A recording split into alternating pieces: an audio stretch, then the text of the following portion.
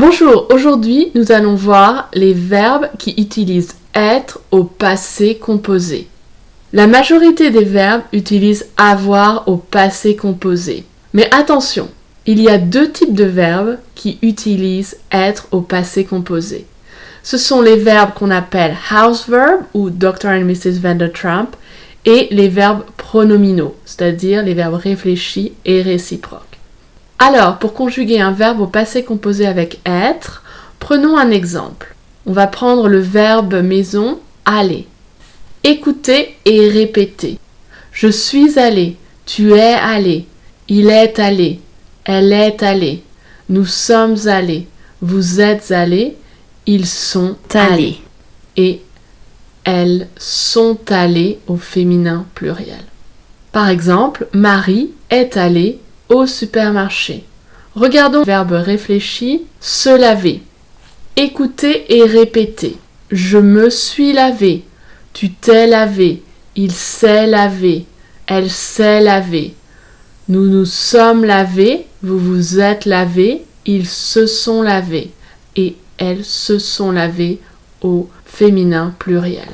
Alors vous voyez ici une différence avec le passé composé avec avoir, c'est que votre participe passé prend un accord et il s'accorde avec le sujet.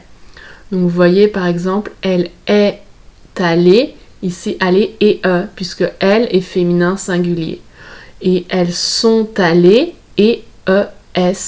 D'accord, on ajoute parce que c'est féminin, s parce que c'est pluriel. Donc accord avec le sujet. Maintenant, regardons quels sont ces verbes Dr. and Mrs. Vandertramp ou house verb. Écoutez, répétez et mémorisez. Devenir, devenu. Revenir, revenu.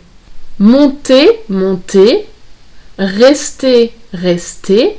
Sortir, sorti. Venir, venu. Aller, aller. Naître, né. Descendre, descendu. Entrer, entrer. Retourner, retourner. Tomber, tomber. Rentrer, rentrer. Arriver, arriver. Mourir, mort. Partir, parti. Passer, passer. Donc vous voyez, on les appelle Dr. and Mrs. Vandertramp parce que vous pouvez mémoriser le début de chaque verbe, d'accord, pour essayer de vous souvenir de ces verbes. Et c'est aussi house verb parce que monter, descendre, ça fait référence à des mouvements, des choses qu'on peut faire autour de la maison. Mais mémorisez ces verbes par cœur. Ils utilisent être. Et aussi, n'oubliez pas les verbes pronominaux, réfléchir, réciproque, d'accord, se laver, s'embrasser, se parler, ils vont aussi utiliser être. Attention, il y a 5 verbes qui sont des verbes Dr. and Mrs. Vandertramp qui peuvent utiliser avoir. Ils utilisent avoir quand ces verbes sont suivis d'un objet direct, d'accord, quand ils prennent un objet direct. So if you have a direct object after those 5 verbs, descendre, monter, passer, rentrer, sortir, vous allez utiliser avoir. Par exemple, elle est sortie au cinéma. On utilise être. She went to the movie. Ici, c'est pas un objet direct. Ça ne répond pas à la question qu'est-ce que, what. Mais elle a sorti la voiture. Ici, on utilise avoir avec sortir parce que what did she took out? She took out the car. Donc ici, qu'est-ce qu'elle a sorti? Elle a sorti la voiture. Donc la voiture, objet direct. Donc on va utiliser avoir. Donc le pronom direct, il peut être devant ou derrière le verbe et vous allez utiliser avoir avec ces 5 verbes Dr. and Mrs. Vandertramp. Donc attention. Maintenant, pour les accords, je vous ai dit, au passé composé avec être, on accorde le participe passé avec le sujet. D'accord? So the person or the thing that does the action, that's your subject. Donc vous allez accorder en genre, féminin ou masculin, et en nombre, singulier ou pluriel. Donc masculin, on n'ajoute rien, féminin, on ajoute un E, pluriel, on ajoute un S. Par exemple, elle est allée en ville. Aller et E, parce que le sujet est elle, féminin singulier, donc on ajoute un E. Maintenant, attention, il y a 2 exceptions. Pour ces exceptions, on n'accorde pas avec le sujet. Par exemple, si vous avez un verbe réfléchi qui est suivi d'un objet direct, vous n'allez pas accorder. Par exemple, elle s'est lavée et on accorde avec le sujet. Mais elle s'est lavé les cheveux, on n'accorde pas avec le sujet parce qu'il y a un objet direct. So think about it as the reflexive verb and the direct object have a very strong relationship and they don't want any subject to come into their relationship and do any agreement.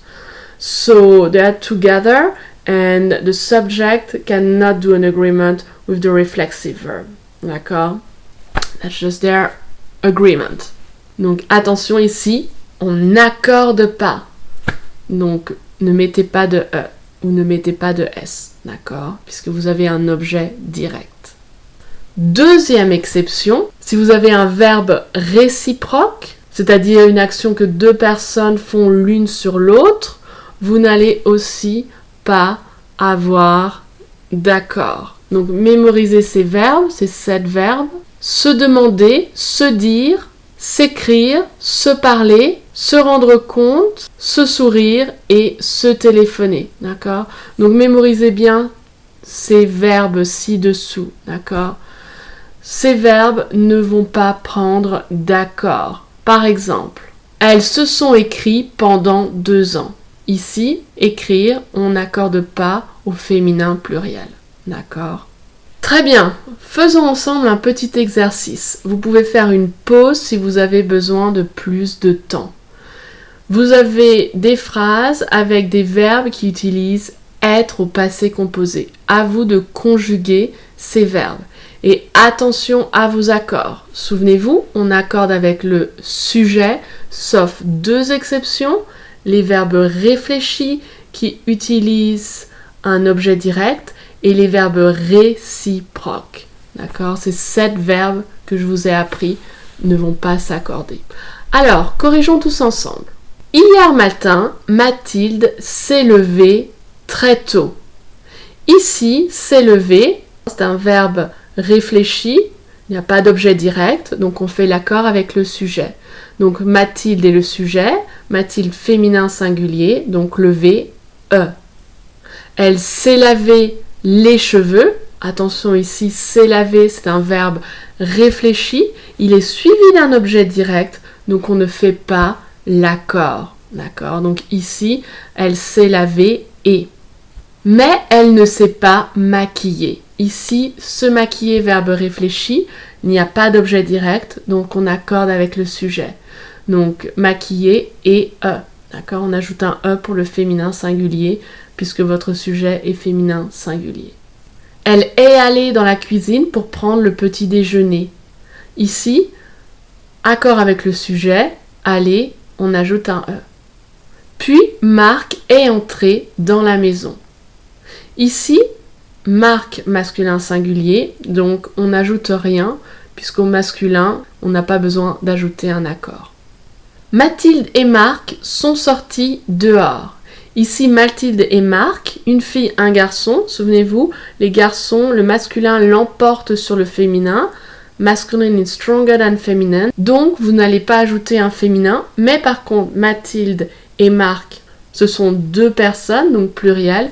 Donc, on va ajouter S. Donc, sont sortis, IS. Très bien, j'espère que vous avez bien compris. Regardez encore une fois la vidéo si vous avez besoin.